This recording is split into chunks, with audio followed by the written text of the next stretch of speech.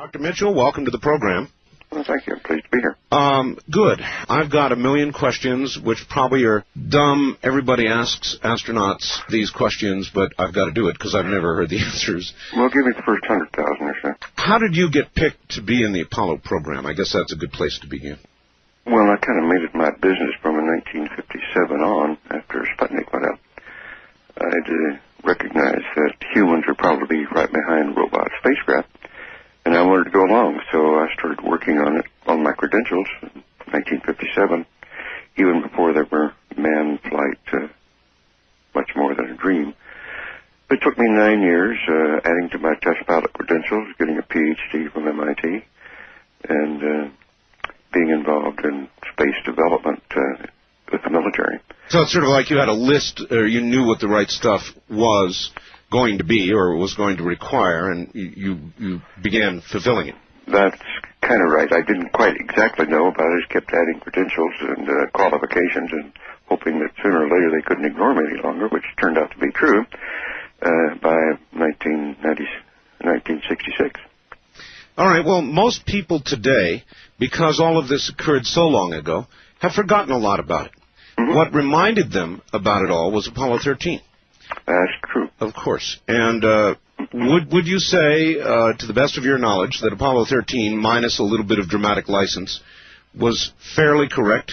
Oh, yes. There was very little dramatic license in the movie Apollo 13. They did a marvelous job of keeping it right on track, and very, very true to actually what happened. All right.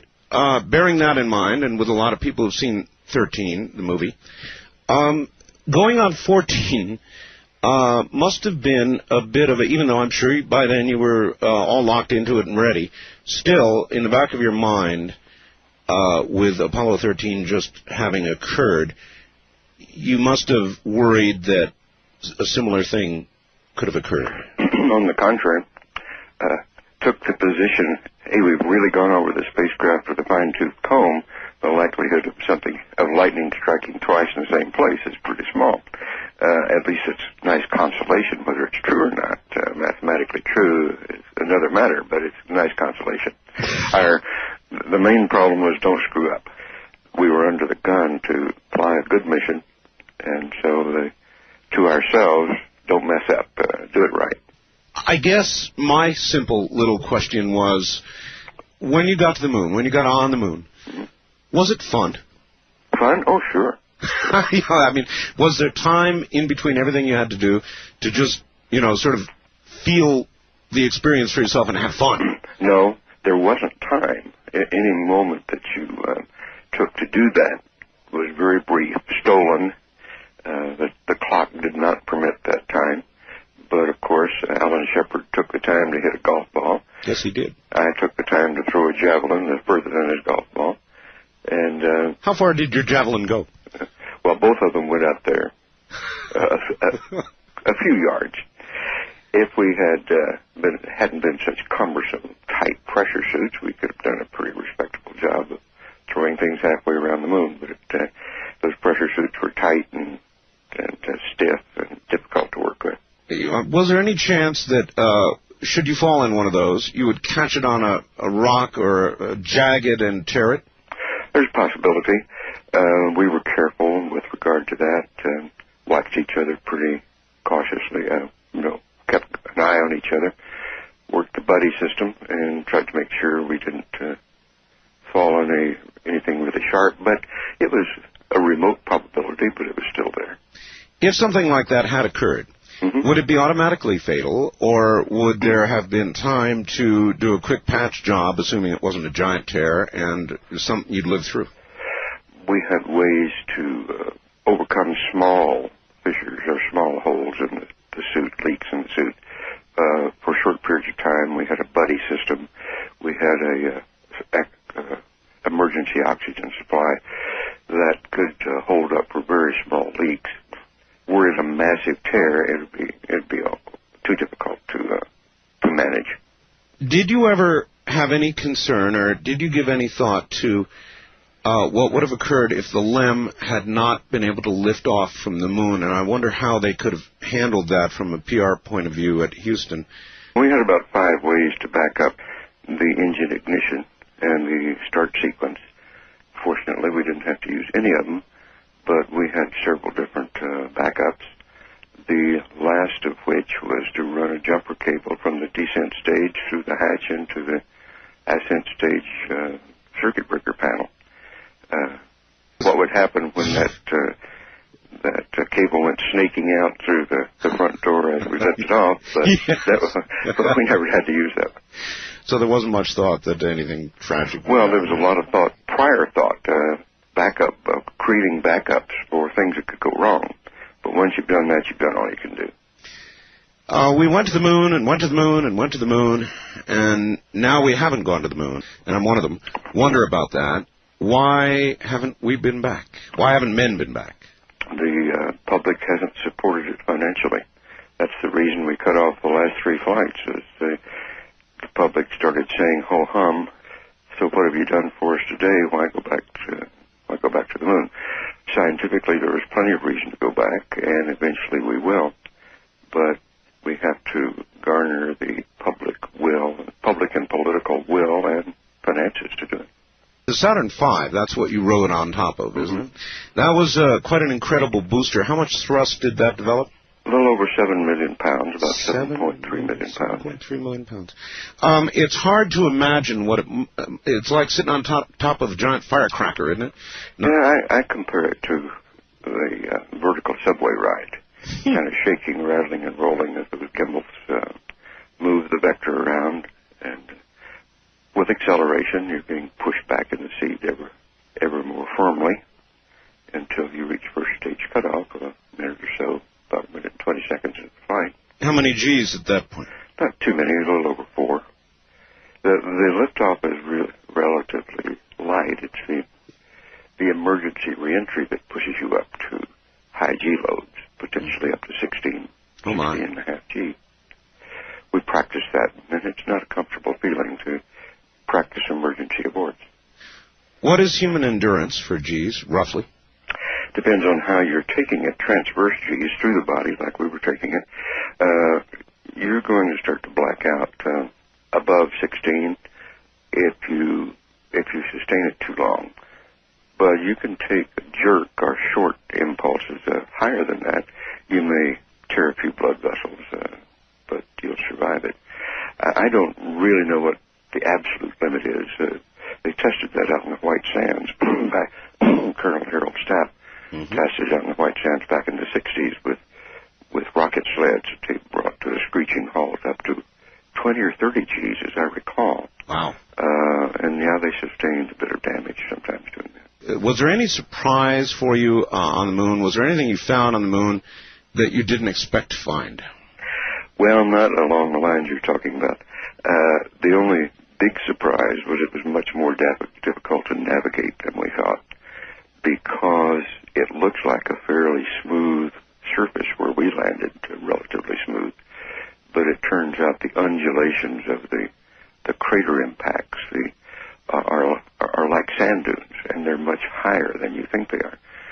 So whereas we thought we could navigate across the surface very, very precisely within inches if we wanted to, it turns out you couldn't do that because you lose sight of your landmarks.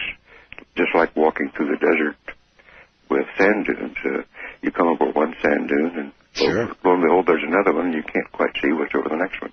With that kind of geography, which is hillier than you thought, would that have blocked your view, or did you have a great view to the moon's horizon? Well, we had great views. What I'm talking about is micro-navigation here. Oh, I see, okay. Down to within feet or so. We knew where we were within 10, 15 yards, but not within 10 or 15 feet sometimes, like the geologist wanted us to have. A lot of people thought the early Apollo missions might, when the LEM came down, might go sinking into the moon dust, and there was going to be a great deal of moon dust there. And a lot of people thought that. Well, there was a great deal of moon dust. It just turned out it compacted very nicely, and the big pads we had on the bottom of the struts cushioned it very nicely, and we didn't sink in. Regarding your appearance on Dateline, NBC's Dateline, a few minutes into the interview, if you had missed it, you would have missed the commentator's remark that Dr. Mitchell returned from the moon with a couple of secrets. I'd like to know if it's true that there are some secrets. Is there any secret that you learned that you still are unable to discuss? Absolutely not. No, the secrets he was referring to was a little teaser for the fact that I did that ESP experiment, telepathy experiment. Mm-hmm. I have no classified information or information I can't talk about. Talked about everything I know to talk about regarding the flight. Of course, if you had classified information that you couldn't talk about, then... That is true, except for the fact I deny that that's the case. So, we were a totally open program. We had nothing to hide. We were to tell the world what we found, and whatever we saw, we can talk about it. I don't shy away from things. Here's another fax. It says, don't ask this directly. You may not be able to broach the subject without causing some tension between you and your guest. Edgar Mitchell's company, this fax says, has been and is still funded by the CIA. Absolutely untrue. Absolutely untrue. If you recall, back in the early 70s, I did work with at Stanford Research Institute with Harold Putoff and Russell Targ and Uri Geller and all that. And I was invited to brief the CIA on our results, which I did. Mm-hmm. George Bush was head of the CIA at that time. And subsequently, a great deal of work was done by CIA on psychic work, and very successfully, because the Soviets were doing it at that time as well in the Brezhnev area, very successfully. And as a matter of fact, much of that work has just been declassified and released to the public within the last few months. It's true. Harold Putoff has written, and Russell Targ both have written several papers just this year, after 20-some years of secrecy, about all of that work. And it was very successful work and very exciting.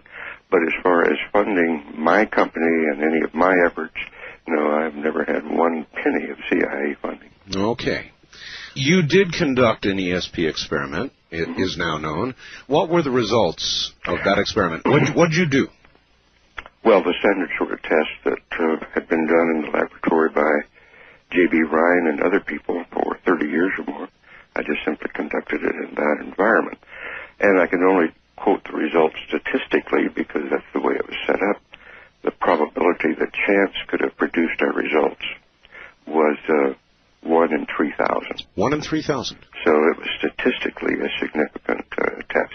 So you had arranged, I guess, with somebody on Earth to be receiving, and you were going to... 4 people, and you were going to send a message. Mm-hmm. What, mid-flight? No, I did it 4 different times. Planned to do it more than that, but I had time to do it 4 different times during my rest period. It took about 7 minutes each time to organize the standard Zener symbols in accordance with random numbers selected from a random number table and copied onto my knee pad. Mm-hmm. And I organized the symbols according to random orientation of the numbers 1, 2, 3, 4, 5, and then simply thought about each symbol in turn for 15 seconds. And the result was, it would have been 1 in 3,000. It could have been... That chance could have produced that result. That result. Very significant. It was quite in keeping with what scientists had found in the laboratory for 30 years or more. Did NASA know you were going to do that? No, they did not. Had they known, would they have been happy? Not particularly. How did you decide to concoct that experiment? Well, as I tell in my book, I had been in discussion with some medical people, as a matter of fact, mm-hmm. who were very good scientists and who were frustrated with the establishment's lack of interest in these human capabilities. And it seemed like too good an opportunity to pass up because no one had ever been able to conduct an experiment over those distances. Now, it's a simple experiment. It didn't show a lot because one set of experiments is never enough. But it was indicative, and the only problem was that it got broken to the press before we were ready to and before we had chance to analyze the results and do it in a thoroughly scientific, proper way. Care to say how it got out? One of our persons involved in it, who happened to have been a professional psychic, couldn't contain himself, got too excited, and leaked it to the press. I see. On Dateline, virtually suggested that you think, your opinion, it's always safe to say that, is that there was really perhaps a crash in 1947 in Roswell, and that it has been covered up. Is that roughly accurate? Yeah, that's pretty accurate. And I lived in Roswell at the time, but I was too young, of course, to know much about that incident, although it was not too far from my parents' ranch. Yeah, interestingly enough, and also as I point out in my book, Robert Goddard lived right down the road from where I grew up in Roswell. Walked past his house on the way to school every day. So the Roswell area is of interest to me. I remember that incident vaguely, remember the headlines, and didn't think much about it at the time when it was said, well, it's just a weather balloon. But the subsequent events and the people who have come forth in later years saying that they were told to keep quiet, but they don't want to keep quiet anymore, and the many, many investigations of it suggest that there's really more to it than has been told. I think there's in the order of about 130 witnesses. Yeah, there's a lot of people. It's a lot of people, yes. And many of them now in later stage of their life saying, we really don't want to go to our grave with this misinformation now. There are a lot of people who would say the same thing about you. In other words, that you wouldn't want to go to your grave with secrets about the moon. Now, I'm not going to beat this to death, but I'm going to ask you. Please do. Ask it directly. Richard Hoagland claims that there are great glass structures on the moon, and he presents photographs, including one, I might add, of you on the moon, in which he claims reflections in your visor are showing things that were in front of you that you have not admitted were there. Well, I will refer, the kindest thing that can be said is what the Washington Post said, green cheese and bologna. It simply is not true. Simply not true? It's pseudoscience. It's just nonsense. Alan Bean, I think, gave a quick comment, a proper comment. I happened to be out of pocket at the time this press conference took place a month ago. But Alan Bean's comment is absolutely correct. Had we discovered such a thing, we would have been totally delighted to reveal it to the public. And he was also, in tongue-in-cheek, said, I would love to have gone to collect the Nobel Prize for having such a discovery. No, there simply was nothing like that. There's a lot of work going on at the moment to learn to modify the basic characteristics of local space in order to change the speed of light. So locally, one could exceed the speed of light. Not really exceed the speed of light, but it would appear that one is exceeding the speed of light. Is this the theory that embraces virtually folding space so that you, in effect, jump from point to point? No, that is the wormholes or tunneling approach. No, this goes right to the very definition of what is the speed of light, and it's the electrical and magnetic it's associated with the electric and magnetic permeability of the medium. And if you can modify that, then you could modify the apparent speed of light. But it's very far out. There's just a few papers been written on it, and it's being looked at this point. But it holds some promise from a scientific point of view. Very, very hard-nosed approach to it. One of the things that Richard Hoagland may not be so far out on and that you may wish to comment on is he talks about a new type of physics that seems to sound a lot like what Tesla worked on, that seems to relate to something you've talked about, this zero-point energy. Sure, it's closer, much closer to Tesla's work, but a number of physicists, including Harold Puthoff, whom I'm very close to, Tom Beard, and others have been working with zero-point field concepts, and what I was just discussing comes out of zero-point field work. That the zero-point field is the underlying field of quantum fluctuations that supports all matter. And in space, you'd call it why am I blocking? It's space energy. It's energy that's all around us. All around us, everywhere. And it is the fundamental fluctuation that's left over if you were to reduce space to, space is 0 degrees Celsius. It's the quantum fluctuations that remain at 0 degrees Celsius. Or you could also say it's the source of the Big Bang. It was there and the Big Bang arose out of the zero-point field. Does it seem likely to you, Doctor, that that the Big Bang is the correct theory? Well, all the evidence, it gets stronger and stronger and stronger the more you look at it, that there's something like the Big Bang. The problem is not with the Big Bang itself. It's with what happens in the first few nanoseconds of the event and defining precisely what happens at each instance. And they're narrowing in on that. But something close to the way that the current standard description of the Big Bang did take place. If it's the Big Bang or some modification of the Big Bang, then doesn't it follow that if Roswell really occurred, if there really was a crash at Roswell, or there have been others, or there are others to visit, that any materials gathered would likely, frankly, be very much like the materials we have here on Earth? In other words, all materials sourced from a common point. In my own book, I discuss this at considerable length. What really comes out of it is that the Big Bang tells us that all matter is interconnected in some way. And this comes out of an experiment only 12 years ago called the aspect experiment, or more formally Bell's theorem, which has been tested and proven to be correct, that matter, once in connection or correlated with each other, remains correlated in some sense. And I trace this up to being responsible for what we experience as our inner experience. Non-locality is the correct term.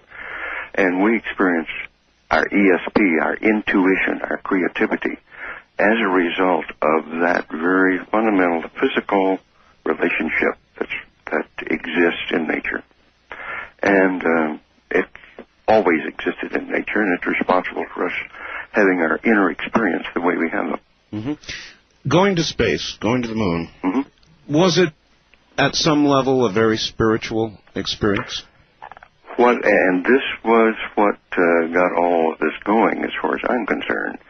It was the perception in looking at the cosmos, seeing the stars, seeing the galaxies, seeing the galactic clusters, the profusion of billions and billions and billions of stellar objects, with this tiny little Earth set in the midst of it, and perceiving that the molecules of my body, of that spacecraft we were in, of each other, of everything around us, were all manufactured in those ancient stars. And that our story about ourselves from science and our cosmology about how we came to be from our cultural traditions and our religions was archaic, that we needed a new story. And that new story was, what is it that makes us conscious? Why is it that we're aware beings like we are? And the answer to that question is centered around what I have been doing for the last 25 years, trying to find what's going on here. Our answers are not complete, but I think after 25 years of working at it, we're getting pretty close to a good answer. And it does involve the zero-point field. It does involve quantum physics. It does involve spiritual experience, mystical experience, parapsychological functioning. All of those things have to be satisfactorily answered if we're to know what it is we are. Do you think it would be more devastating to learn there are others of greater technical capability, or more devastating to learn there are not? Oh, more devastating to know there are not. I think it's absolutely wonderful to know, you first start with the idea, this universe is full of life. It's full of intelligent life. The fact that some of it might be a little bit more advanced or happened a little earlier than our civilization seems natural. If life is throughout the universe, which is quite a different concept than we held 25 or 30 years ago. But now I think that is the case. And if the universe is approximately 15 billion years old or so, give or take a few, it would not be strange that maybe a civilization could be a few million or even a billion or so years older than we are. Do you think we're ready to know that now? Oh, absolutely. Absolutely. Well, surely many are, and I would be certain you would be, and I would be. But there was the Brookings report that suggested a great many people in our society would not be ready. I think that's probably true, but not nearly like it was 25 years ago. A recent study done by my own institute demonstrates that has broken the demographics down into three different groups called the traditionalists, the moderns, and the postmoderns. And the postmoderns, another name for them is called cultural creatives, which is the group like you and I are that are looking for new answers, looking for where the future is, not afraid of these ideas. That group has changed from 2% to 24% in the last 20 years and is in equal in size in the United States. We're talking about the U.S. demographics. Equal in size to the traditionalists and the moderns. Or the moderns would be your corporate people, your materialist scientists, the yuppie group, and so forth. And the cultural creatives would be the greens, the environmentally sensitive people looking to the future. All those groups are now roughly the same size, with the cultural creatives increasing and the others decreasing. Do you consider that a possibility that life here on Earth was, in effect, jump-started one way or the other, obelisk or otherwise, by folks from elsewhere? I doubt if it's really started that way. That says, well, maybe they intervened along the way, and that the historical, biblical story out of Samaria could very well have been that sort of influence. I would love to have Sitchin's work either confirmed or denied by additional scholarship, because it's intriguing, and he makes a very strong case, and it's interesting stuff, and it's quite possible. But I think we probably originated much like life originated elsewhere, and the model for that is what I give in my new book as to how that could possibly happen. Do some of your old colleagues come to you and say, Edgar, what are you doing? Yep. They do?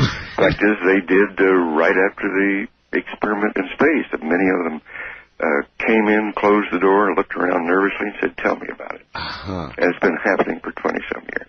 And so you just told them about it? Well, I'll tell anybody that asks. Plow forward, obviously. Yeah.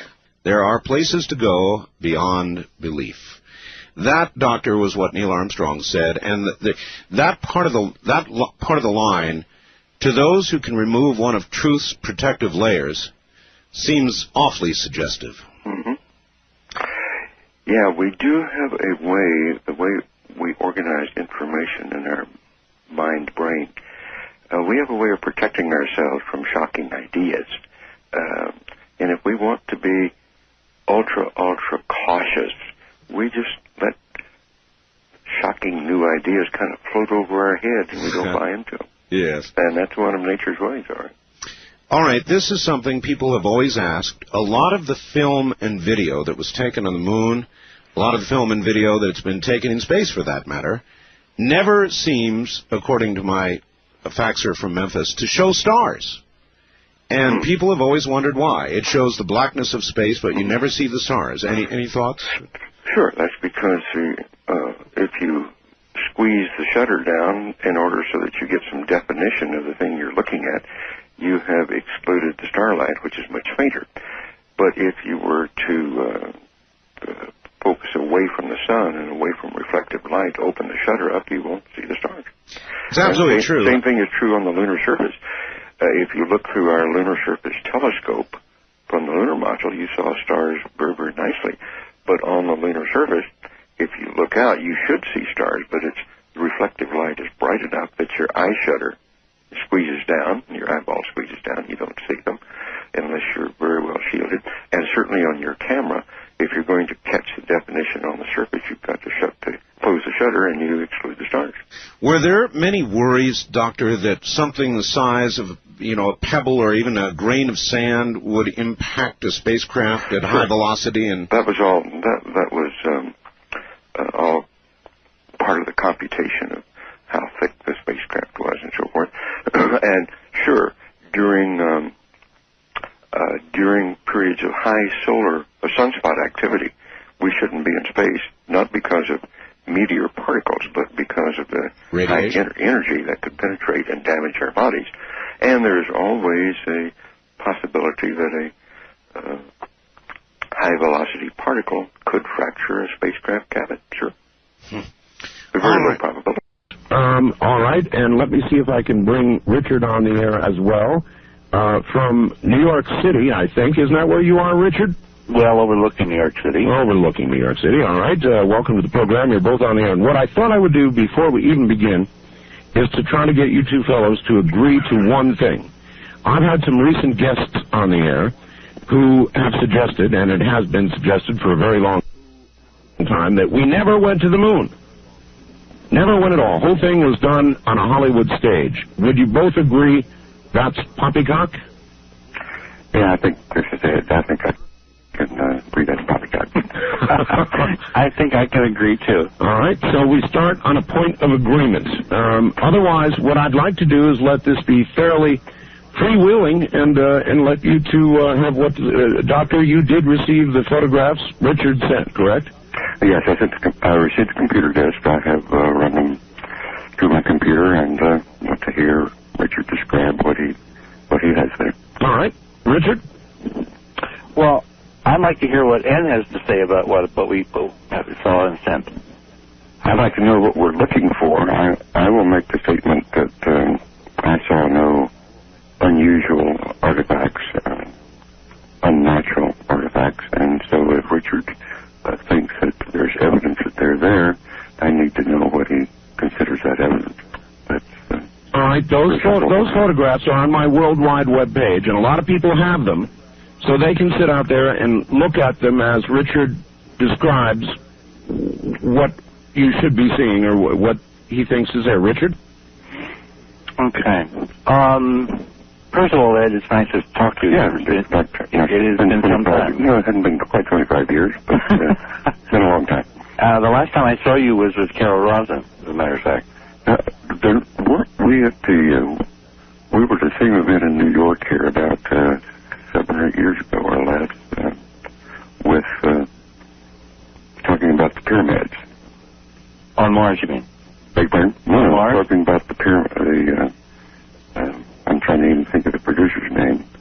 They're talking about the chamber under the pyramids. There was a meeting about that. Possibly the Sphinx? The Sphinx. Oh, this is at the Giza Park. Oh, you're right. Yes. That was the last time we were in the same room, I believe. But it's good to see you. Okay. This is a little difficult for me, Ed, because there's been a lot of things said in absentia that I have not said myself, and let me put on record what my thesis is, all right? Good. I was with Cronkite, as you're aware. I covered, as part of, the First Amendment, this extraordinary effort that this nation underwent. I remember vividly being at the Cape during your and Shepard's mission, and Stu Bruce's mission. When you left that morning, we were wandering through the old museum at the Air Force section of the Cape, and I was in the company of Phil Chapman, and it was at that moment, literally a few minutes before you left for the moon, that Phil and a gal named Sheila Scott and I conceived of the idea of helping her fly across the North Pole, waiting for you to launch. And she eventually went on with a Piper Aztec to do that, I believe some months later during the summer of '71. So I have a lot of reasons to remember your mission, not the least of which was because you went where you went. And it is stunning to me to look back in retrospect now and look at this data which has come to us, these photographs that were sequestered away in part by one of your own, Ken Johnston, and to discern what I think is some pretty amazing information. And before people jump to conclusions, I have not said, nor I do not believe with absolute certainty, that what we are seeing in these pictures, the Apollo crews themselves at that moment on the moon could discern. And the reason is that what we have done is to take these original prints, which Ken Johnston has provided, and we have put them through a computer process which involves scanning and enhancement, which is the bringing out of very faint details that are down in the gray levels of these emulsions. And because we don't have absolute standards, because we don't have photometric standards, all I can say is that qualitatively the things we're seeing in the images, even if you were on the moon, standing there, without helmet or faceplate or anything, would be very faint. And it is totally within the physics, as I understand it, that you could be in the middle of these things and not notice if you were not looking. And that is something that's very important for people to understand. There is no physical reason a priori to automatically assume that Ed and I are on a different page just because he was there and he says he did not notice anything. There are many times in science when discoveries are made after the fact, when years have intervened, when the emotions of the moment are not there, when other techniques and technologies have been developed, where information is discovered in retrospect that was missed by honest, sincere men and women who were there at the time and who were looking for other things. So with that as the frame, what I am struck by it on these images is the fact that there is discernible geometrical material above the lunar horizon that should not exist. And the most impressive piece of evidence, the most impressive single thing that I sent you a couple days ago is that panorama. And I sent you 4 different versions of it, which is up on the website. It is a 360-degree series of handheld photographs taken by Shepard when you were out erecting the TV camera north of the Antares, stretching completely around the lunar horizon from a position just in front of the front porch of the LEM. It was created at the Manned Spacecraft Center by someone in the photo lab, physically cutting the individual prints apart and putting them physically together, pasting them on a board to make one of these 360 panoramas where you basically turn around in a circle and take a picture, and then it was rephotographed. And that print, we actually have a series of prints of those particular mosaics, was then put away in an archive at the Oklahoma City University by Ken Johnston, Jr., roughly in 1972, and extracted just about a year ago and given to us to be looked at. It is the scan of that panorama which shows a rather remarkable brightening and bluish scattering above the horizon in a 360-degree mosaic, and the fact that the brightening is dependent on the angle to the sun. In the down sun position, it is brightest, due west of the spacecraft. At 90 degrees north and south, the brightening is much less and falls off dramatically. In fact, it looks on those enhancements even black in some sections. And then toward the sun, behind the lunar module, behind the Antares, it brightens up again, which is totally consistent with scattering functions in some kind of material above the horizon, created by something on these separate images that were put together, pasted physically together in this one 360-degree panorama.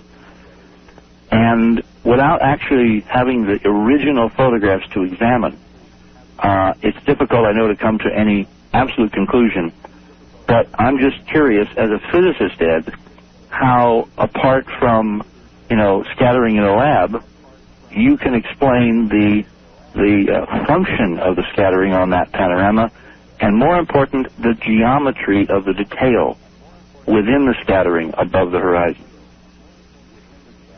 Okay, Dick, I cannot disagree with anything you said. But not to this point. The question now is,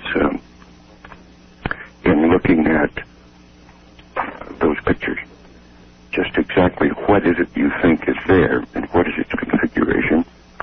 What some description of whatever structuring, whatever you discern, conclusions you come from looking at this. Well, we know from our models of the moon, before you guys even left, that nothing like that should be physically above the horizon. Exactly. That you landed on an airless small world, roughly 2,000 miles across, that there isn't sufficient gravity, and that's another one of the interesting, weird disinformation things out there, that the lunar gravity is much greater than NASA told us and all that. And I can say categorically tonight that the numbers and the calculations and the observations and the even the experiments that were done unquestionably, categorically refute all of that nonsense. The lunar surface gravity is 1/6 that of Earth. Phil Chapman and I, by the way, during your mission, actually it was during, it began in your mission. We kind of conceived of an experiment which Dave Scott actually carried out in July of '71, which was the hammer and the feather. Right. So we know that the things fall on the moon at 1/6 the rate they do on the Earth. They accelerate.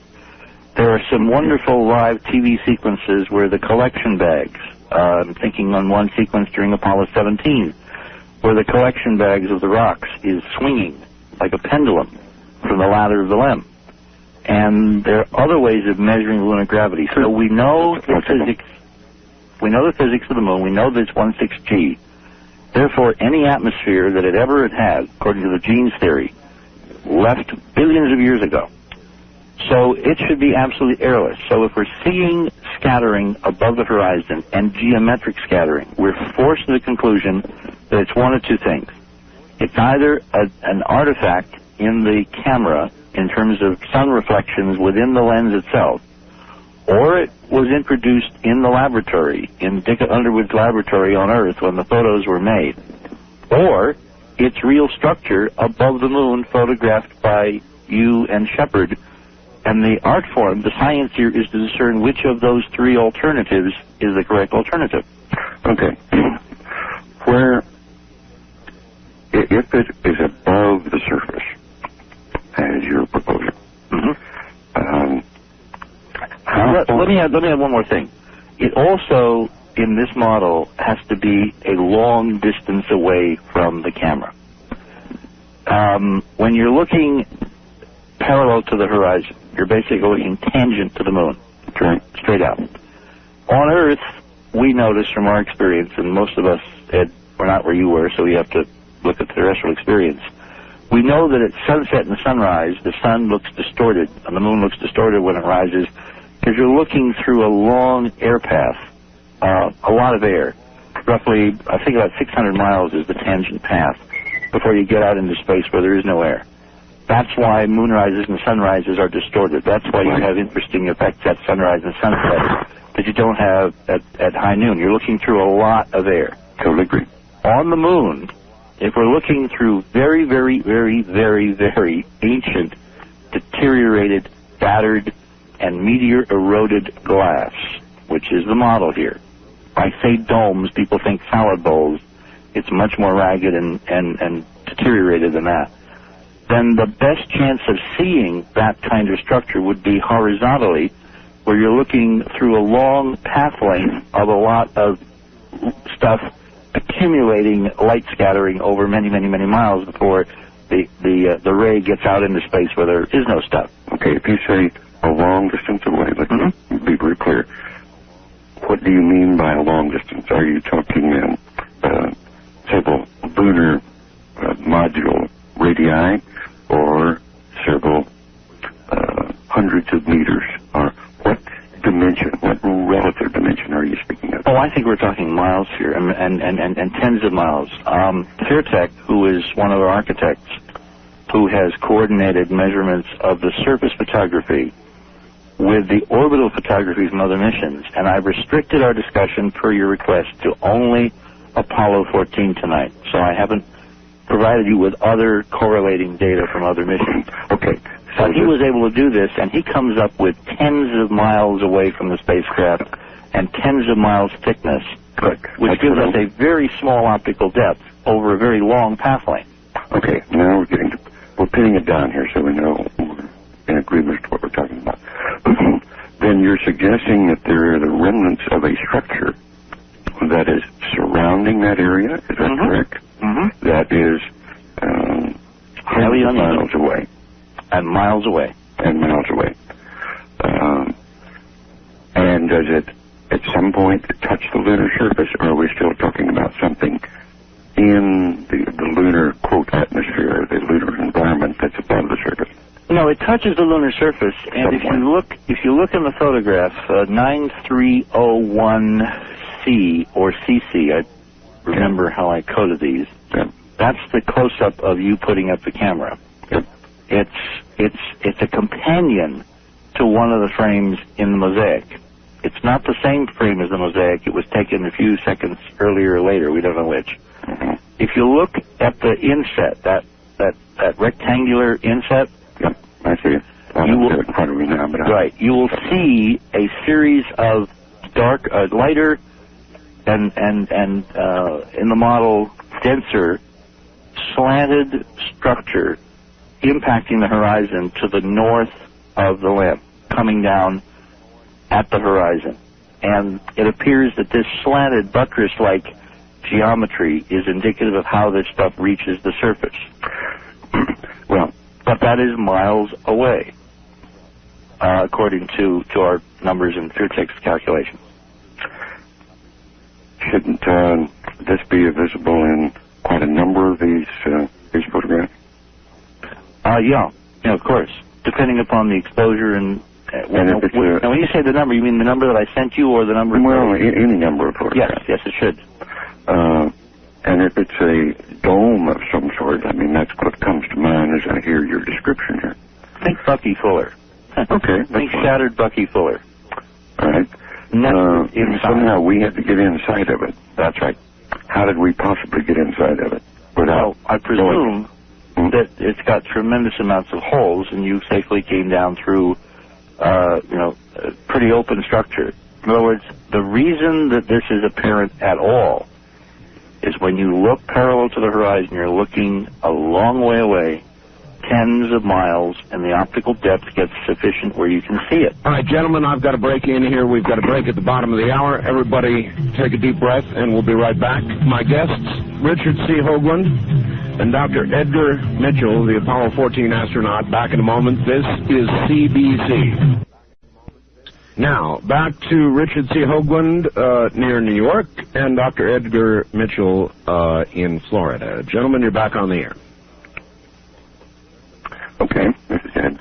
Go ahead, Dick, and finish it. Well, you were in the middle of responding to what I was laying out as the model that we can explain what we think we're seeing in these pictures. And you said something about should this not be in every picture, and we have dozens and dozens of pictures from Apollo 14 that we've been able to compare now against the current versions at NSSDC, which is the National Space Science Data Center outside Washington, and we were in Houston the other day at the Lunar Planetary Institute, and we have begun to look at versions of the images in that database.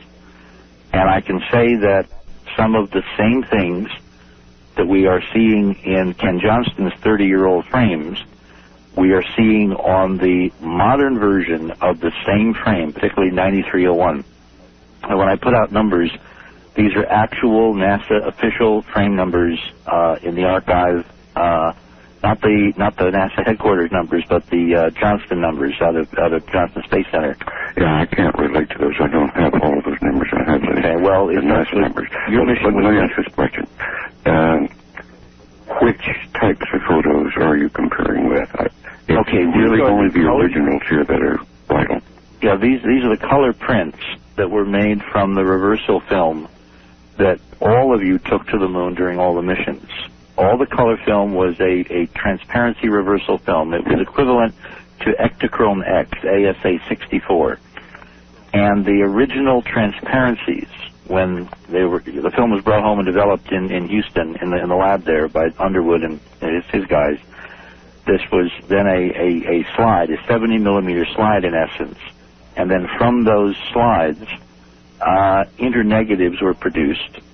From the internegatives, prints were made. So we're down third generation now. Johnston's prints are directly from those internegatives. So they're third generation, pristine, held in a vault for 30 years. The NSSDC prints are X generation. Unknown numbers of intermediate masters have been pulled from the archived originals in Houston, and so there has been grain buildup.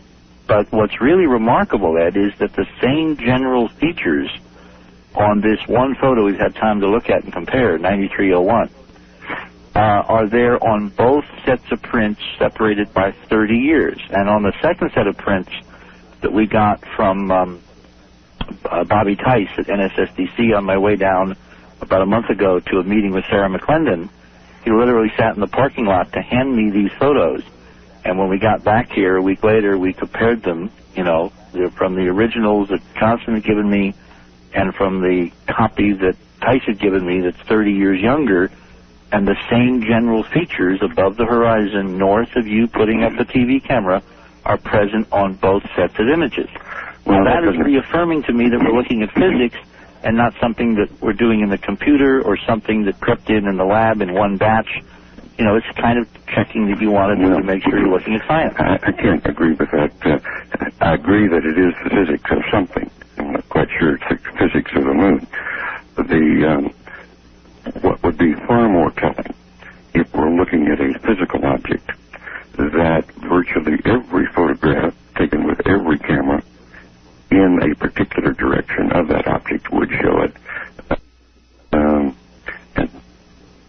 perhaps it would be in the frame 30 years later or a different generation. But regardless of which camera or which film, black and white, color, if it was of the same object and a physical object, then it should show up in that picture. And that's a more important question to me than whether a different generation 30 years later it's preserved. Okay, well, let me stop you there. We are in the process of going through these photos. And what I did, because of the very limited resources and manpower we have, is I did spot checking. I randomly took sets of the pictures that Johnston had given us and started looking at them. We must go systematically and do exactly as you're saying, look at every single frame. And there's lots of frames in. You know, that's where we're really data rich. And we're in the process of putting a lab facility together, which will be ready by the summer, where we will have the analog photographic laboratory facilities and the digital imaging facilities to do precisely that, and most important, the key manpower. Ultimately, by the end of the summer, we will have been able to do exactly what you're saying. I am heartened at the moment that the spot checking of some of these frames looking in the same direction from different vantage points shows the same structure. Okay, let me ask another question here. What is the presumed density of such a structure? And I'm holding in my mind here the geodesic dome structure, the Bucky-Fullard dome structure, as kind of a basic model we're talking about. What is its density? You mean the physical density as opposed to the optical density? Well, they're related to each other. Okay. Go ahead. If I have thin glass panels, let's say, you know, for sake of a model, I have, you know, glass buttressing, and I'm just going to throw some numbers out here. Every 1,000 feet, something comes down to the surface. And then there's a 1,000-foot gap before the next something comes down. Mm-hmm. And I look horizontally through this new stuff, and it is very transparent because it's new. All right, it hasn't been scratched. There's no holes in it. There's no meteor strikes. You don't get the Colt 45, you know, raying because of holes going through, the stuff like that. You'd have to look through an awful lot of this to be able to see it if it was new. If it's old and it's got lots of holes in it, it's ratty stuff, then the density goes down and the optical depth goes up with increasing distance. So it, you know, again, the actual physical density per, you know, cubic mile of this stuff could be pretty low, and yet you'd eventually be able to see it if you look through enough of it horizontally. I don't have a good set of numbers yet for the actual physical density. Okay. But I know it's got to be low, and I'm working to get the right people to help us put that together, and a starting point was made with Fairtech and his architectural analysis, but we are a long way from coming up with a definitive number. I know exactly where you're going with it, which is how did you guys ever get down and get back up without killing yourselves? if there is something sufficient to cause what we're seeing in the images. And that's the question on my mind. How did 6 missions successfully get down to the moon and get back up without killing somebody? By running into this stuff. Yeah, and it's even more profound than you're suggesting here. That part's true, but that just scratches the surface. Now, let's go ahead and explore this. Let's say, what is the, is it a walled structure, like a wall of a building? Is it a far more dense structure, like a very thick wall of a fortress, but miles thick? Let's just develop this idea here. Well, in terms of what we're seeing in the pictures, and our database, you know, since we've not really had a chance to talk about this gives me an opportunity to at least tell you where we're coming from. We've now looked at unmanned data from Lunar Orbiter, unmanned data from Surveyor, particularly Surveyor 6. The after-sunset photographs taken from the surface of Sinus Medi looking west from Surveyor 6 were really striking. And we have 6 sets of images taken up to an hour and a half after sunset, looking west with the sun well below the horizon, where this stuff can be seen on the Surveyor 6 data in forward scattering. From the coronal light, you can see the scattering and geometry of this stuff extending up, and I will send you those if you're interested. We then go through the Lunar Orbiter material. We see evidence of this on Lunar Orbiter pictures. And the most complete and high-res data, of course, is the Apollo data, because the black and white stuff was shot on aerial reconnaissance film, very high-resolution film, and physically returned to Earth. The surface stuff was shot on black and white and color and physically returned. So we have a really broad cross-section of data to integrate and to try to converge a model for this stuff and how dense it is and how it interacts with the surface in selected regions. And that's how I tell you that it's got to be low density, very ancient, very ratty, very degraded, and the best chance of seeing it is through the long path length horizontally as the ray goes from the surface out into space. Well, I do not have a number yet on exactly physically how close the closest section of this stuff could have been to Antares or to some of the other missions.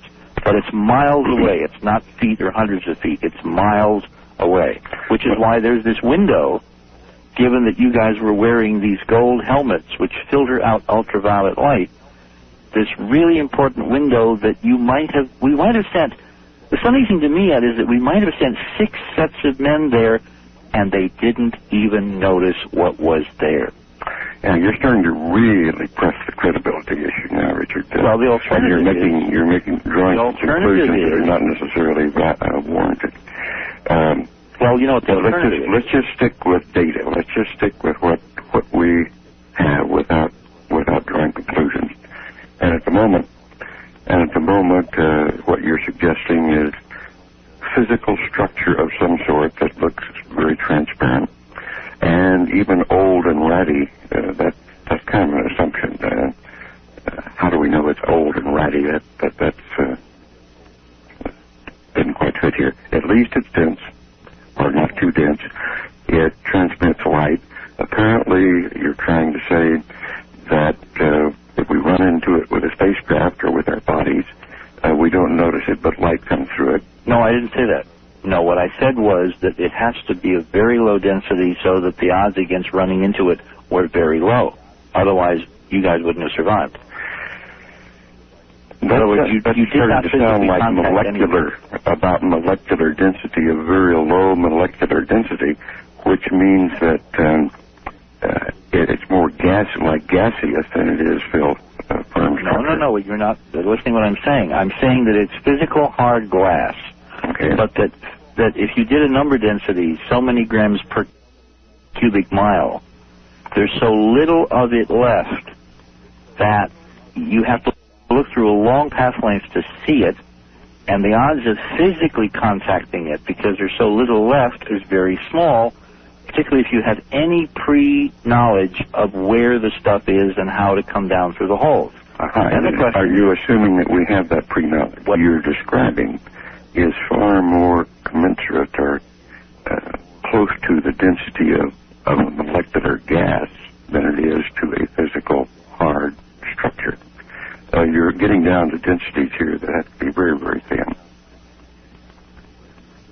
All right, I will agree with you in principle, although I would argue that if I come back to New York City in 10,000 years, we're living right next to it tonight, and it's pretty solid, steel, concrete, glass, whatever, and it's been eroded by all the forces of the earth, wind, oxygen, oxidation, stuff like that. You can have some pretty solid structures now that if you come back in 10,000 years will be almost non-existent just because of physical forces. If we're looking on the moon, the only erosive force on the moon that we understand is micrometeorite sandblasting. If you have a structure and it's made of glass and you erode it from sandblasting over literally millions of years or even longer, and it's in a total vacuum where there isn't a trace of air and the only operative force is the hypervelocity shrapnel from each impact, what does the remaining structure look like and how thin can it get and still maintain a configuration? I'm almost thinking of something that has the consistency of cigarette ash, where if you touch it, it will fall down if you physically get close enough to touch some of the stuff, but that in the absence of physically touching it, it would stand there as an optical ghost of what it used to be and would interact with light like we're seeing on these images. It's a stunning picture of something so fragile that it cannot survive much shaking. And if we bumped it at all with our bodies or a spacecraft or anything else over the years, the whole thing ought to collapse. Or portions of it or whatever. Yeah. Okay, let's paint a picture. Let me paint a picture here for a couple of minutes with our audience. Let's pin down exactly what we're talking about. If you look up at the full moon right in the center, both vertically and horizontally at the center, and just to the left and down, left 15 degrees, down about 3 degrees, you get the area that we're talking about. To center the moon, the Apollo 14 landing was the Fra Mauro area. South of the Bright Ray Crater, Copernicus. Yeah, just a bit south of Copernicus, and a little bit to the east of Copernicus. The Apollo 12 mission was almost directly south of Copernicus. We were just a little bit east of that. We're a couple hundred miles apart, or maybe a little more.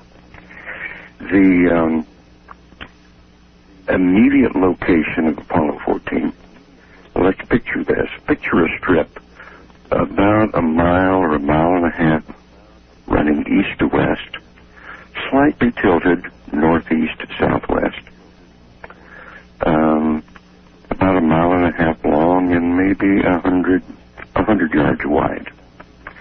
Now that little rectangular strip represents the area of investigation of the Apollo 14 crew.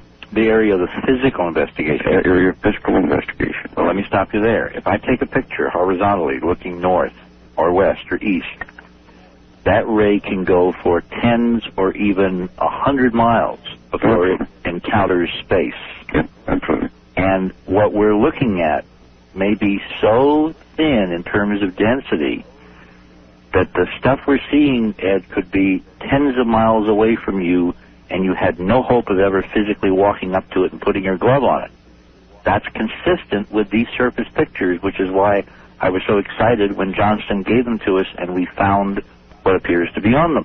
Okay, fine. Let me continue my description here. If we look to the east end of our little rectangular strip, the east of it goes to the edge of Cone Crater, which is the crater about 500 to 600 feet above the surface that we climbed up to investigate. The west end of it is a little past where the lunar module landed, about 150 yards beyond where the lunar module Antares is sitting on the surface, and that's where our ALSAT station, our scientific station and telemetry station, was set up. So it's that region that we physically traversed and did a lot of work. Now, Richard is relying rather heavily on the pan that we took in the vicinity of the lunar module. We actually a pan about every 15 minutes or less. So there are dozens of pans. Right. We have the green books. We're in the process of acquiring those pans. Beg your pardon? We have the green books. These are the USGS. The things were put out, and we know all the pans, and we ordered the others. We have 2 or 3 of those pans right now, but we don't have all of them, and we want all of them, and want to do the same thing like we did your the whole one case, I sent you. Your whole case hinges virtually on every photograph looking in the directions you're talking about, showing exactly the same thing. Exactly. That's where the correlating data should occur if we're looking at real stuff. If you're looking at real stuff. Now, if indeed you're looking at real stuff, it should show up in every photograph, and maybe it will, maybe it won't, maybe it won't. All right, let me stop you there, Ed. Okay. Let me stop you there. The 2 pieces of data I can absolutely attest to tonight. The single frame photo, AS14-669301, which you have, all right, that's the single Hasselblad, showing you putting up the camera underneath some of this stuff looking north. And then the mosaic we have that Shepard took, which has another frame of you taken a few seconds later, which are 2 separate pictures. We see an optical parallax. We see a physical movement of this stuff west of you on the horizon between the 2 pictures.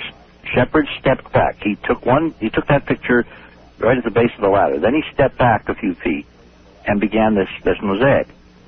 The stuff on the horizon physically moves relative to you between these 2 pictures. Well, Richard was trying to make his case here that what we're observing, he theorizes, is a structure of some sort. And the best case I hear being made right now is that there may be a physical anomaly of some sort that's observable in the photographs that we don't experience with our bodies or with our spacecraft. Let me continue to make that case just a moment and set the picture here. Remember that with the lunar module, before we descended to the lunar surface, we came down into an orbit that's about 10 miles above the lunar surface, which is a little over 50,000 feet. So we were whizzing around the lunar surface at around 57,000 feet, let's call it 60,000 feet above the lunar surface, in the equatorial belt for quite a few orbits. And both spacecraft were there for a while, but generally the command module was up in a higher orbit and only deposited the lunar module in the 10-mile orbit before making its descent. Now, if the theory that Hoagland and others are putting forth is correct, these structures on the moon, we had to penetrate them numerous times over and over again before descending to the lunar surface. And as we came back from the lunar surface, we had to penetrate this structure, whatever it is. Also, this is turning to me to be very, very difficult to believe in or to understand, because there's just no evidence that we contacted any physical structure in this way. The fact that there may be some physical phenomenon going on that is observable in the photograph that's causing these photographs to appear as they are, and perhaps even some diffusion effects or some reflective effects on light, that would not be too surprising that we might be discovering a physical effect of some sort that we didn't understand before. To believe that physical effect might be caused by a physical structure, like a wall or a glass-type wall or glass girders, beams, anything like that, that stretches credibility beyond what I'm willing to accept at all, and without some more evidence. Now, Richard does need to look at every single photograph or representatives of all the photographs in different locations, different directions, black, white, black and white color, from every film, every magazine, to see these effects are indeed there. If they're there, there is a physical effect going on. It may still be just in the emulsion. It may be in the anomalies in the various camera systems.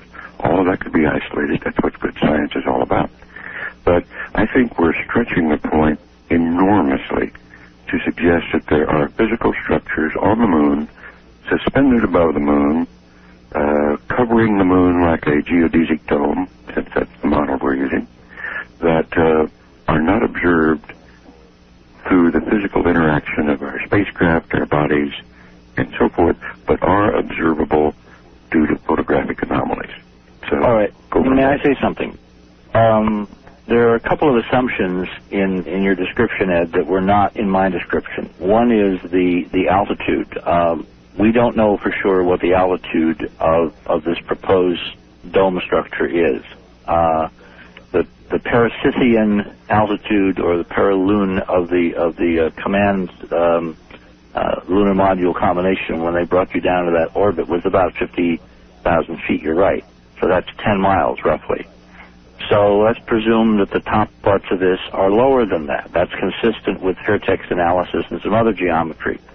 So you need not have, encountered this on that low orbit prior to the actual descent, or on any other mission.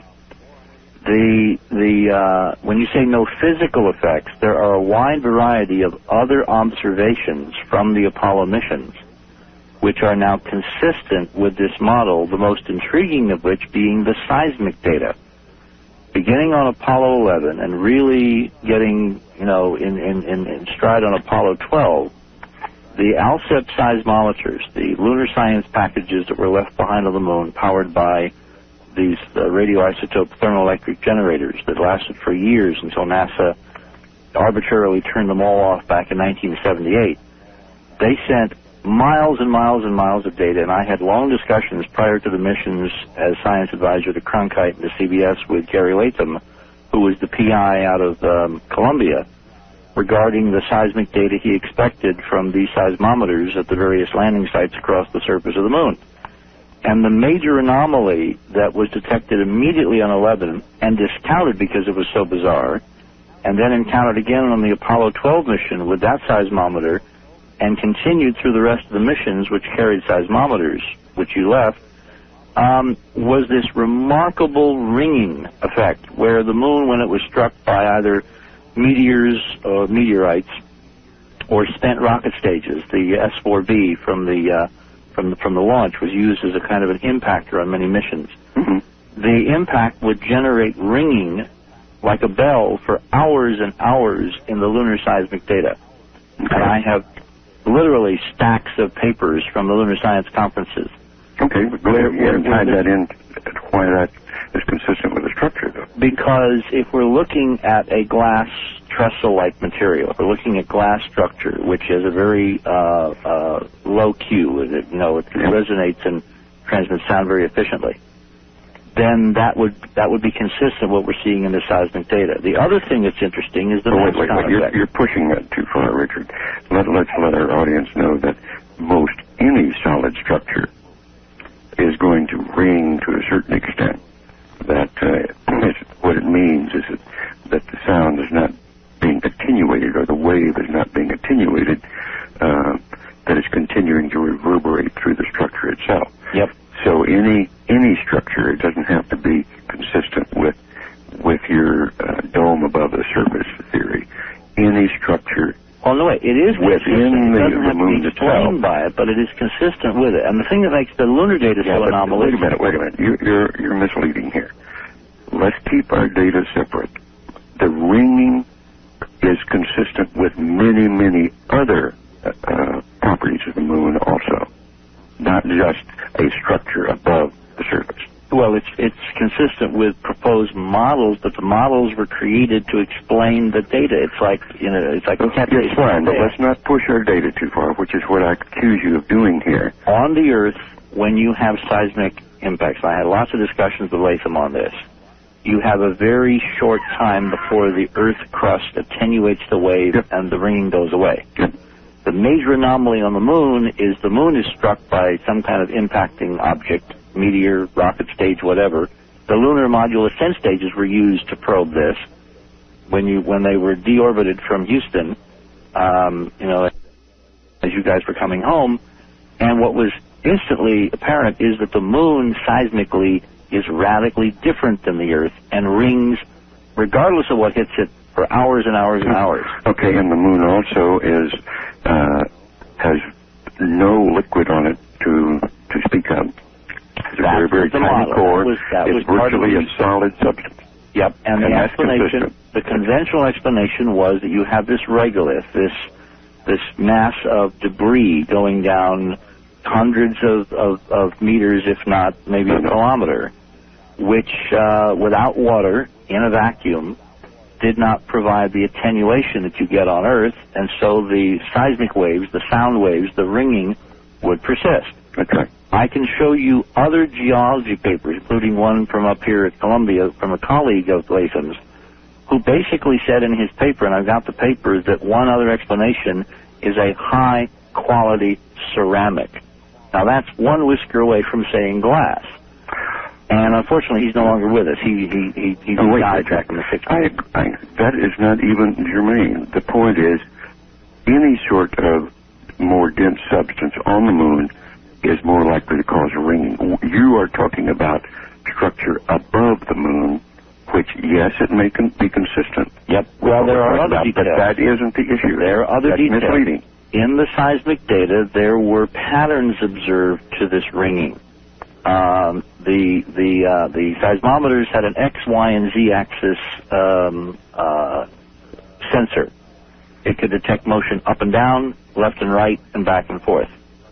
In terms of looking at the alignment of these sensors from mission to mission to mission, what Latham and his colleagues in a series of papers noted was there appeared to be an alignment to the ringing consistent with a geometry, and that geometry is reflected and is consistent with what we're seeing in the photographs, particularly the orbital photographs that we looked at and that we presented in Washington at the press conference.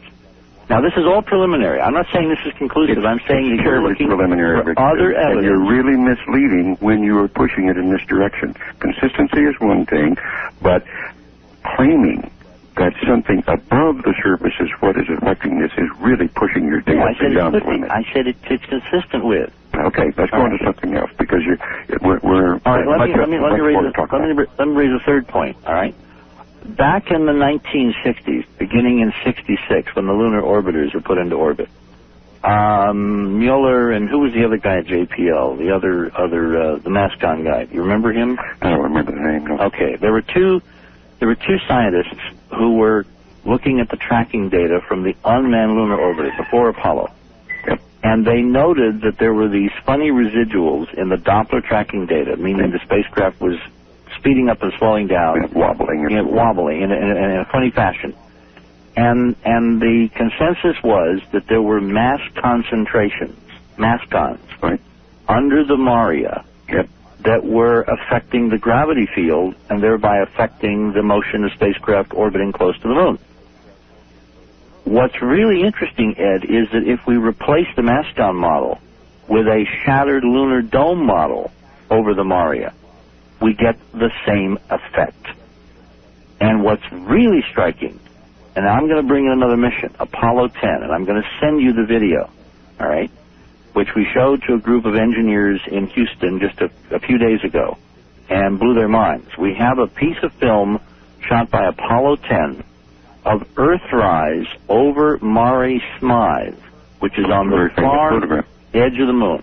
All right, this is actual 16-millimeter DAC motion picture film showing Earthrise tangentially seen from the from the lunar module as it was doing that precursor test for Apollo 11. Yep. Looking at the Earth over Mare Smythe, and as it rises, the Earth is so incredibly distorted that the only conclusion is there's some optical medium extending above Mare Smythe like the remains of a shattered dome.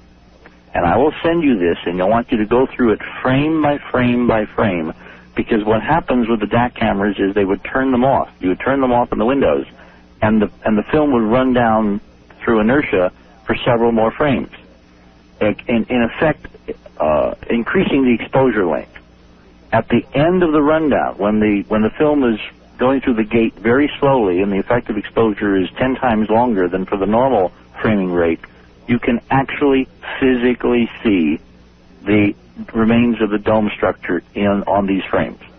And this has been shown now to a number of engineers on Apollo, a number of people in Houston, people like Johnson and others, and universally everyone is dumbfounded by what is visible on this motion picture film, and we're now looking for more motion picture film shot on other missions of similar Earthrise anomalies. Richard, I hear what you're saying. I will agree that there may be anomalies that we need to look at, but you're pushing it when you're really talking about dome structures on the moon. There must be other explanations of it. I'm sure there are other explanations of the phenomena you're looking at, because there are just too many things that legislate. You're stuck on this theory, and it's just not going to hold water. Well, all right. There are anomalies. I'm sure that you can find anomalies. Well, anyway, anomaly is a nice catch-all phrase. I know it is. If we're not looking at physical structure, and we're not looking at optical effects in the film, all right, and we've got 4 years of I think that's what you're looking at is optical. Well, but wait, we've had 4 years of a lot of people, a lot of photographic experts that have looked at this film. We had 8 scientists standing with us on the dais of the National Press Club in Washington, people who don't want to look silly and get egg on their face, who did not commit to go in public and talk about this without a lot of soul-searching and a lot of looking at this data. You mean we're all mistaking this? You're the only one that can be right about this, and we all... No, I'm not saying that at all. I'm not saying that at all. But I am saying that you're pushing your data much, much too hard. That there's got to be other explanations. No, wait, why does there have to be? How did these structures get here? What are we talking about? Let's talk about origin. Well, that's speculation. I don't know. Well, what the world are you doing that's speculation? There's a radical difference between looking at effects on film and optical effects consistent with known physics and trying to explain what we're seeing in the images and speculating who did it and where they came from. That is real speculation. I have no idea. But wait a minute. What type of... I think the structure here is our problem. Mm-hmm. I don't have any problem at all with a molecular effect. But when you're talking an unnatural structure, then you're talking something that is not occurring by natural physics. Okay, let me give you some more data. So then you need to address, if it's an unnatural structure, how did it get there? And that is not speculation. Well, no, I mean, part of your theory. Okay, if it's an unnatural structure, and we can agree, and you and I are obviously not going to agree tonight that it's unnatural, but let's assume at some point we get to where we agree. If we agree that it's unnatural, then of course the next question is who built it. That's right. All right, how did it get there? Well, I mean... Aren't you claiming it's unnatural? Based on what we looked at, 4 years of data from manned and unmanned missions, I would be hard-pressed to explain this as anything now but an unnatural set of... Okay, then you've jumped right into it. Don't gloss it over. No. If you're having to claim it's unnatural, that opens up an entirely different ballgame of explanation. Well, no. I would say it has to be natural. As use Occam's razor. You must approach it with a more simple explanation if possible. And if that doesn't work, go to your unnatural. But let's look at natural first. Why is unnatural versus natural a simpler explanation? In your own book, Ed, and I'm sitting here, by the way, fascinated by your book, and I heartily recommend it, The Way of the Explorer, all right, with Dwight Williams. Let's mention your other author, okay? Yeah, sure. You make the case for the phenomena of ESP and telepathy and a whole series of avant-garde experiences. Can either one or both of you explain any way that these structures, as you have described, Richard, could possibly be a natural phenomenon? They would have to be unnatural by definition, wouldn't they? Well, let me jump on this. Sure. I think I could bring us closer to agreement here and put it on a different level so that we may not be as far apart as Richard perceives we are at the moment. So he gave me a good lead here just before we broke. In my own book, I take on the establishment as well. And it's a slightly different approach, and that's what I want to make a comparison with right now to see if we can bring us closer to agreement. I suggest that the common phenomenon that all of humanity has experienced in one way or another, our inner experience, and we have all these words, ESP, psychokinesis, etc., that apply to this. Our scientific community for a long time, or at least in the last century, has said this is not a valid phenomenon. It isn't real, it's imagination. On the other hand, all of our cultural traditions says, oh yes, it's very real, but we attach a supernatural or unnatural explanation to it. A divine explanation, a satanic explanation, and so forth. I deny that those are appropriate ways to approach it. It is real, and it's also natural. And so I have spent a lot of my time and a book exploring the idea that these are very natural phenomena, excuse me, and that there are explanations within physics.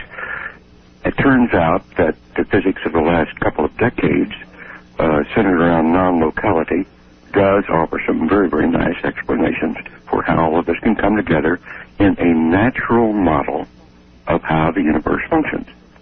Now, I would like to take this same comparison to what we're talking about here on the moon. There may indeed be anomalous behavior that we're experiencing and observing here in the photographs taken on the moon. I don't know that there's anomalous behavior, but Richard is claiming that there is, and that he's observing it from looking at these photographs. Well, Richard and colleagues. And colleagues, okay. Colleagues, fine. There is certain evidence that simply doesn't fit with our model of how the moon was put together. What's coming out of this I'm so glad to hear you say that, Ed. There is an unnatural explanation. By that, what we mean is it is not just a part of the physics we understand. I want to make my position very clear. I agree with Richard and many other folk that we're not the sole intelligences, creative intelligences in this universe we're in. That Earth is not the sole repository of life nor creative activity. And my position is throughout the universe, that we must look at the universe in the way that allowed intelligence and life like we experience it to have arisen everywhere, not just here on Earth. And that requires a very marked change in the way we understand the physics, the chemistry, the whole structure of the way the universe is put together. And that's what I'm suggesting here in the way we look at this problem. What Richard and colleagues have suggested seems to require an unnatural explanation for what they are observing. That is, a structure, and when you say structure and unnatural, then you have to ask the question, but created by whom, when, from where, how did it get there, and so forth. That is a very difficult set of questions to answer. It's much easier, I think, and much more credible to approach the problem to say we have an anomalous phenomenon here. And maybe there's something about the physics of the situation that we don't quite understand. Now, that's the approach I took in my book with regard, in the last 25 years, with regard to the phenomenon I have been looking at and others have been looking at.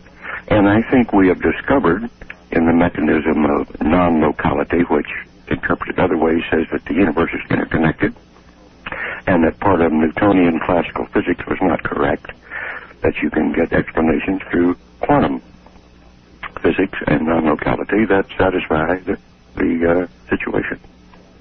I'm suggesting the same thing here, that I would much prefer to look at this as anomalous phenomena, see if we can find something in the physics that, even though it may be a bizarre physics, something in the physics that satisfies the problem without, at the moment, having to go to extraterrestrials or some other unnatural explanation for having created this effect, because that is a far more difficult, requires some far more difficult explanations than just looking at bizarre physics. Just like on your Sedona on the moon, on Mars, the McDaniels, Crater and McDaniels report suggests one of two things. It's either bizarre geology that we don't understand, or perhaps it's extraterrestrial, or rather it's unnatural structure. I'm suggesting the same thing here. natural physics involved, and I find that a much more easily addressed subject than an unnatural resolution to the problem. So go ahead, Richard. I think we're making a little history tonight. Well, that may be. Because Ed and I are much closer than I would have imagined. I'm delighted to hear this commonality, because if you start with the premise that there's something interesting to explore, and men of integrity and women of integrity pursue that path, ultimately you will find out what anomaly you're dealing with. Absolutely. And that's what I want to do. I want to find out. All right. And what I would like is Ed's commitment on the air tonight to help us, and there's a lot of us out here, geologists, chemists, optical physicists, a wide range of experts, to which his expertise would be invaluable. If he would offer to be a kind of a grounding, sounds ironic for an astronaut, to be a grounding for us to bounce ideas and data off as we pursue the search for what it is that's showing up in this wide variety of pictures, I think we have made some significant progress tonight. Well, Richard, I am never loath to investigate anomalous phenomena. Sometimes I don't have enough time to investigate all the ones I want to look at. And if you have indeed really turned up a very strange and bizarre set of events that are not explainable, sure, I'm intrigued. I'm always intrigued by that. What I am turned off by is jumping to conclusions that when there's a more obvious way to go. All right, gentlemen, I want to jump in and ask a question. Richard, in the facts that you sent to me earlier today, you said Dr. Mitchell, on his previous appearance, emphatically claimed that he was not precluded by NASA from discussing anything that he either saw or experienced during his Apollo 14 flight. You, in fact, did say that, Dr. Mitchell, correct? That's correct. All right, Richard says the NASA Space Act itself, in light of Brookings' strong recommendation, says otherwise, that you were, in fact, barred from discussing many things that you would have seen and done. Is that correct, Richard? Well, let's not be unclear on this. I have in my hands a copy of Public Law 85-568 from the 85th Congress, H.R. 12575, published July 29, 1958, called an Act, which is the enabling legislation which created the National Aeronautics and Space Administration. This is the document which basically brought into being the agency which employed Ed Mitchell to go to the moon back in 1971. And there are several interesting sections to this. This entire document is up on the Enterprise Mission website, which can be reached through the ARPBIL website on the net. On page 4, there is a section titled Functions of the Administration, meaning NASA. And it says that Section 203, the administration, in order to carry out the purpose of this act, shall, 1, plan, direct, and conduct aeronautical and space activities, 2, arrange for participation by the scientific community, etc. 3, provide for the widest practicable and appropriate dissemination of information concerning its activities and the result thereof. Now, that's the part that we always quote, because it's the part that the American people have as their guarantee that everything NASA found, it got to see, all right? Unfortunately, as we look through the Act, we have found there are other interesting sections that are not as generally well known. For instance, there's a section on page 8. Well, let me start with page 7. This is section 206, subsection A. The administration, meaning NASA, shall submit to the President for transmittal to the Congress semi-annually and at other times as deemed desirable reports of its activities and accomplishment. It then says, Section D, no information which has been classified for reasons of national security shall be included in any report made under this section unless such information has been declassified by or pursuant to authorization given by the President. So there's a caveat there. Yeah. Now, let me jump in, Richard, because we're spending a lot of time on details here. Let me just cut across that. There are some valid areas of technical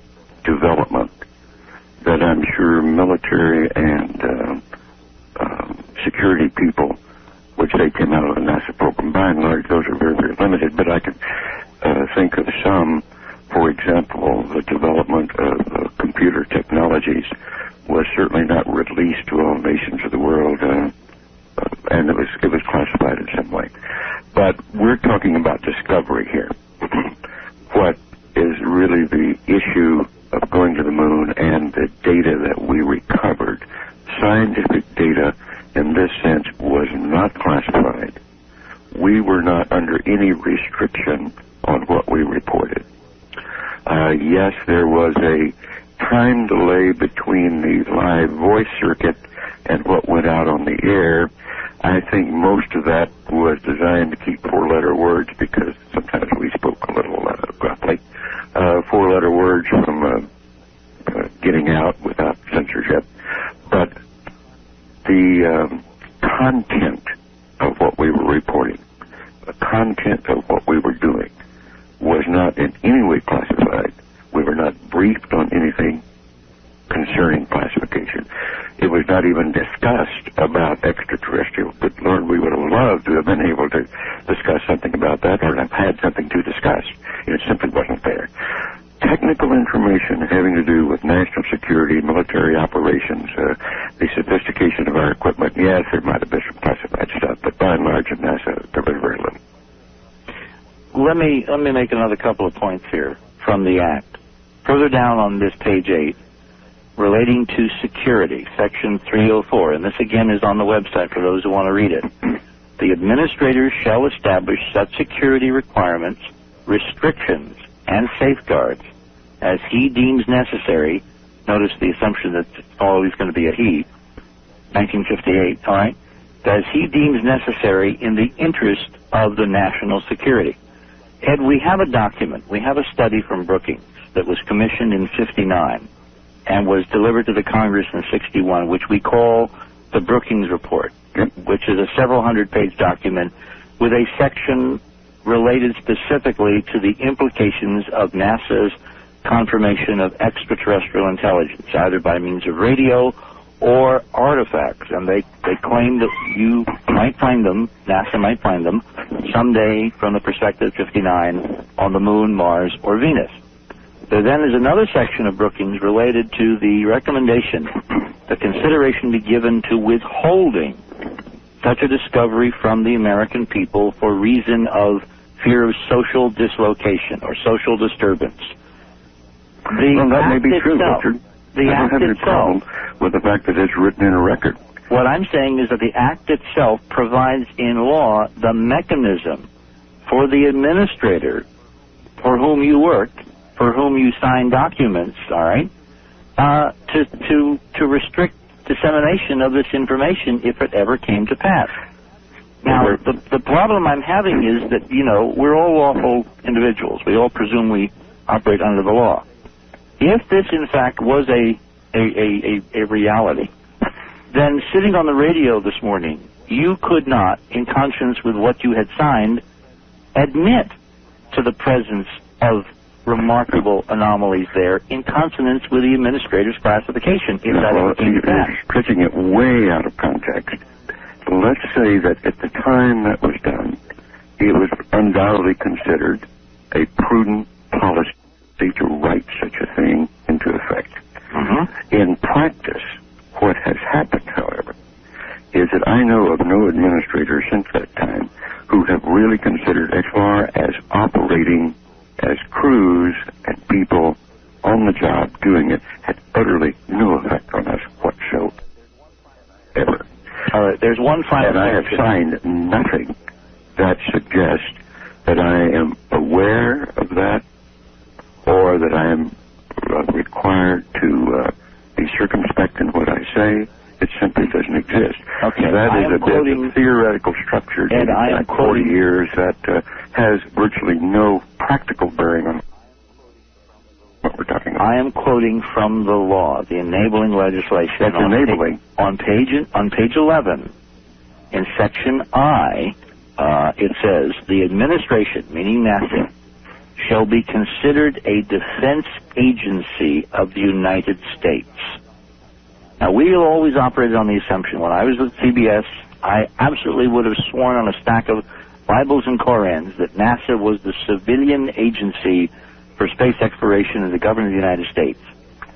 Literally a few days ago when I read this carefully, I was stunned to see in the language, the actual act says that NASA shall be considered a defense agency of the United States. Now what that implies... That's an interesting bit of, I'll have to admit, that's an interesting bit of language. Isn't it? Now what that implies is that in consonance with Brookings, if, not you guys, let's take the astronauts out of the equation for a minute, because, as I said at the top of the show, there are absolutely physical models in which you could have landed in the middle of this stuff and not seen it. I really firmly believe that. So let's take you out of the equation.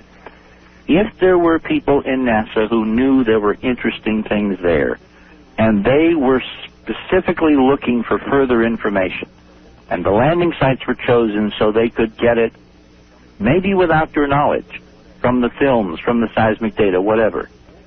The administrator with this language can classify all of that, and Golden to this day does not have to tell us unless Bill Clinton says, Dan, we want to finally now go public. In principle, I think you may be right if that language that you just read it's on the web. Stands. However, in practice, that simply is not the way it happened. That isn't the way sites were selected. That isn't the way missions were chosen. That sort of knowledge that you're talking about might have existed simply didn't exist. How would it have existed in the first place? Simply didn't exist. It didn't operate. So what we're getting awfully close to in this discussion is some more of the great conspiracy theories, which we hear a lot of floating around the country at this point, which simply don't hold water. They should be looked at. I don't want to dismiss them totally out of hand. Yes, there are people within government who might hold that point of view. But very frankly, in this particular area, in going to the moon during the Apollo program, during the entire NASA program, that sort of conspiracy and that sort of cover-up simply did not have those rules. All right. We didn't, however. Gentlemen, I've got to break in. We've got one more hour. If you can both give us one more hour. Why not, Art? Yeah. And on the cover of Coronet magazine, there used to be this frozen image of a droplet of milk. Exactly. Sprayed up in a kind of a semi-hemispherical inverse dome structure. I think that's what the caller is, or the faxer. Exactly. In other words, if you slam a rock into the water, right, a wall comes up from that, correct? Yep. Correct. Okay, now let me dispose of that. It's a good idea, but no cigar. Because in order for that to freeze and to remain visible, the physics of the impact would have to be totally different than the laboratory data and whatever, and Ed and I are in total agreement. That really cannot explain what we're seeing. All right. Well, it was a good try. Right. The audience is thinking. That's what we want. And as long as we're looking at natural phenomena and questioning them, we're on the right track. All right, let me stop you there, Ed, because you're doing this Descartes thing on me, which I find fascinating. To me, one of the most interesting things of the NBC program the other night was when you stood up in front of an audience, I think it was in Cambridge, and you said there's this false dichotomy of the world, natural and unnatural, or natural and paranormal. You said it's all normal. If it's experienced, it's all there, and we got to figure it out. Yep. For you to separate natural and unnatural, that human activities, intelligent activities, I should, frame this in a larger sense, that intellectual, intelligent activity in the universe is unnatural, is, I guess, what I'm having a slight problem with. Because if what we're looking at on the moon, if what we're looking at on the moon is artificial, then to me it's as natural as if we're looking at geophysics. I will agree. It may be more improbable. Yeah. It may be more improbable given what we currently think of as what's going on in our own backyard, but it ain't unnatural. No, I agree with that. Okay. Yeah. We're pushing words here, but what I'm talking about is vestiges. If we're implying vestiges of a civilization and intelligent beings constructing something, I think we've got a problem with that. Well, no, wait. Let's pursue that. Well, if we do, why do we have a problem? Richard, hold on. If we have a problem with that, then we should have a problem with Roswell and with other strong hints of extraterrestrial visitation? Well, I think we do. I don't think that all of these are foregone conclusions. I have said over and over and over again, in the public domain, we don't have smoking gun evidence that Roswell or any other visitation is absolutely real. We haven't put all of that to bed yet. I think the probability, the statistics are getting very, very high, in my opinion, that yes, these are real physical events, and they have been dramatically covered up. Well, but is it 100% event? Please, let me say something. This is interesting. Because for Roswell, and I've studied the Roswell case, obviously not as much as the experts, people like Stanton Friedman and the others, but I certainly looked into it because it's the quintessential, ET's land, lost far from home, spaceship vanishes, military men are sworn to secrecy, civilians and civilians. I mean, it stands as the pinnacle experience of the so-called field. Yep. And yet there's not one datum of physical evidence currently existing. And we now know that because of Stephen Schiff's work in the GAO report. Even the traffic, even the communications traffic in and out of Roswell, which should have been preserved, bureaucracies live on paper, mysteriously was shredded and disappeared over the years. Whereas in the lunar example, we have good physical evidence on lots of missions with lots of pictures, excellent database to examine with current technology, and if all that fails, we got the moon, Ed, to go back to, and we're going back to the moon. I totally agree. What's your point, though? I don't see the connection here between that you're making. My point is this. You have come out championing, I mean, you just said it a moment ago, that we're pushing close to the smoking gun on Roswell, but there isn't one scintilla of physical evidence that has survived. And yet, on the lunar data, where there's all kinds of physical evidence, and we can really solve this with a relatively short fuse, you're telling me that we don't have enough to even make a plausible case for artificial structures. Oh, I didn't say you don't have enough to make a plausible case. I just don't want to lock us into that is the answer. I will grant. I will say it's a very, very low probability event. But I can conceive of scenarios where that might be the case. I just don't think it's a very likely explanation. No, wait. A low probability event, what are we talking about? Which series of events are we talking about? Oh, that the phenomenon you are explaining for your photographs as being intelligent-made structures sometime in the past. I say that is a very low probability of being the explanation for what you're looking at.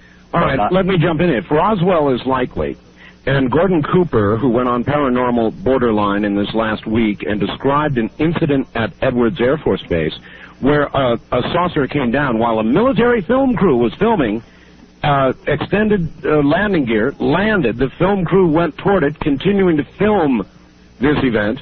It lifted off the ground, retracted the gear, and shot straight up into the sky. Now, that's what he said happened at Edwards when he was there, and the report was filed, and the film was sent to Washington, and it all disappeared. Well, if that is so, and if Roswell is at least probable, then why not think of it as probable for there to be remains of civilizations that have been long established, long gone, perhaps? Well, I don't disagree with the process you're using to compare these things. The answer, though, comes in what is the probability number that you're using, in my opinion. The probability number for the explanation of Richard's anomalous photographic events as being constructed by some other civilization, I think the probability of that being the right explanation is very low. That is my personal opinion. I think the probability that the Roswell incident representing an extraterrestrial event is taking on the proportions of very high probability because of the accumulation of evidence over the years. Yeah, but what Ed is saying... I'm not finished yet. What the probability of what Gordon Cooper presented as a valid piece of evidence, I can't evaluate it yet, although I was just with Gordon and a number of the astronauts over the weekend, and we discussed these very things we're talking about. All right, this is because I don't have any experience with that particular evidence, and that event, that's a new one on me that Gordon just talked about recently. And so that hasn't been digested. And here's the paradox that Art is bringing up. Pardon? Here is the paradox that Art is bringing up, and it's a very eloquent point, Art, and I'm impressed that you would put all this together.